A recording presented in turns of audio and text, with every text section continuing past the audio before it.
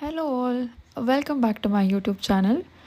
First of all, thank you so much for all the support. ಹೀಗೆ subscribe ಮಾಡಿ support ಮಾಡ್ತಾ ಇರಿ. ಇಲ್ಲಿ ನಾನು ಇವತ್ತು ನಿಮಗೆ ರಕ್ತ ಫ್ರೈ ಹೇಗೆ ಮಾಡೋದು ಅಂತ ತೋರಿಸ್ತೀನಿ. ಮೊದಲಿಗೆ ನಮ್ಮ ಮನೇಲಿ ಹೋಗಿ ರಕ್ತ ತೊಗೊಂಡು ಬಂದಿದ್ರು. ಅದನ್ನು ಬೇಯಕ್ಕಿಡ್ತಾರೆ. ಅದನ್ನು ತೊಳೆಯೋದು ಏನು ಬೇಕಾಗಲ್ಲ. ಸೊ ಅದಕ್ಕೆ ಸ್ವಲ್ಪ ನೀರು ಹಾಕಿ ಅದನ್ನು ಬೇಯಕ್ಕಿಡಬೇಕು. ಅದು ಬೇಯಬೇಕಾದ್ರೆ ಹೀಗೆ ಕಾಣುತ್ತೆ. ನನಗೂ ಇದು ಫಸ್ಟ್ ಟೈಮ್ ನೋಡ್ತಾ ಇರೋದ್ರಿಂದ ಏನು ಹೀಗೆ ಆಗ್ತಾಯಿದೆ ಅಂತ ನೋಡ್ತಾ ಇದ್ದೆ. ಬಟ್ ಅದನ್ನು ನೀವು ಚೆನ್ನಾಗಿ ಬೇಯಕ್ಕೆ ಬಿಡಬೇಕಾಗುತ್ತೆ. ಅಟ್ಲೀಸ್ಟ್ ಒಂದು 15-20 ಮಿನಿಟ್ಸ್. ಬಿಕಾಸ್ ಅದು ಒಳಗಡೆ ಎಲ್ಲ ಬೇಯಬೇಕು. ಇಲ್ಲಾಂದರೆ ನೀರೆಲ್ಲ ಬೆಂದಿರುತ್ತೆ, ಒಳಗಡೆ ರಕ್ತ ಹಾಗೆ ಇರುತ್ತೆ. ಆದಷ್ಟು ಮೀಡಿಯಮ್ ಫ್ಲೇಮಲ್ಲಿಟ್ಟು ಬೇಯಿಸೋಕ್ಕೆ ನೋಡಿ. ತುಂಬ ಹೈ ಫ್ಲೇಮಲ್ಲಿಟ್ಟರೆ ಅದು ಪಾತ್ರೆ ಹಿಡಿದು ಬಿಡುತ್ತೆ. ಅದು ಹೇಗಿರಬೇಕು ಅಂತ ಅಂದರೆ, ನೀವು ಅದನ್ನು ಮುಟ್ಟಿ ಹೀಗೆ ತೆಗೆದ್ರೆ ಒಳಗಡೆ ರಕ್ತ ಏನೂ ಕಾಣಿಸ್ಬಾರ್ದು. ಹಾಗಿದ್ರೆ ಮಾತ್ರ ಅದು ಬೆಂದಿದೆ ಅಂತ.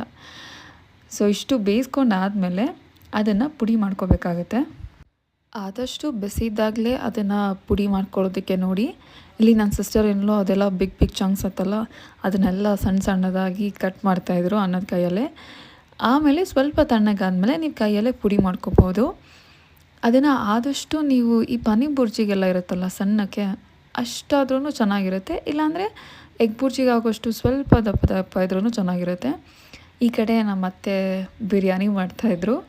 ನಮ್ಮ ಮನೇಲಿ ಸಂಡೇ ಬ್ರೇಕ್ಫಾಸ್ಟ್ಗೆ ಬಿರಿಯಾನಿ ಮತ್ತು ಈ ಬ್ಲಡ್ ಫ್ರೈ, ಆಮೇಲೆ ಮಟನ್ ಸಾಂಬಾರಿತ್ತು. ಸೊ ನಮ್ಮ ಮನೇಲಿ ಸಂಡೇ ಯಾವಾಗಲೂ ಹೀಗೆ ಇರುತ್ತೆ. ಈ ಕಡೆ ಇದನ್ನು ಈಗ ಒಗ್ಗರಣೆ ಮಾಡ್ಕೋತಾ ಇದ್ವಿ ನಾವು.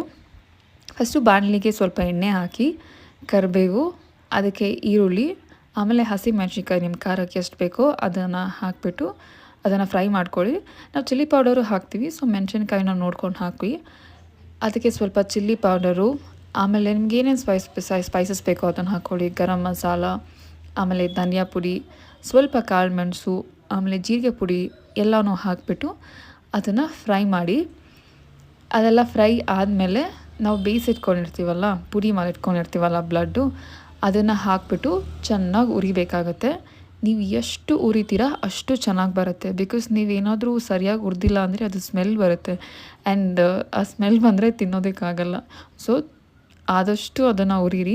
ಒಂದು ಸ್ವಲ್ಪ ಟೇಸ್ಟಿಗೆ ಕಾಯಿ ತುರಿ ಹಾಕಿ ತುಂಬ ಚೆನ್ನಾಗಿರುತ್ತೆ. ಇದಕ್ಕೆ ನಾವು ಮೊಟ್ಟೆ ಕೂಡ ಹಾಕ್ಬೋದು. ಈ ಎಗ್ ಬುರ್ಜಿ ಮಾಡಿಕೊಂಡು ಅದನ್ನು ಹಾಕಿದ್ರೆ ಅದು ಚೆನ್ನಾಗಿರುತ್ತೆ. ಆ್ಯಂಡ್ ಇನ್ನೊಂದು ನಾನು ಕೇಳಿರೋದು, ಮೊಟ್ಟೆನ ಬೇಯಿಸ್ಕೊಂಡು ಭಂಡಾರನ ತೆಗೆದುಬಿಟ್ಟು ವೈಟ್ ಪಾರ್ಟ್ ಮಾತ್ರ ಇರುತ್ತಲ್ಲ ಅದನ್ನು ಕಟ್ ಮಾಡಿ ಕೂಡ ಹಾಕ್ತಾರಂತೆ. ಸೊ ಹಂಗೂ ಮಾಡ್ಕೋಬೋದು.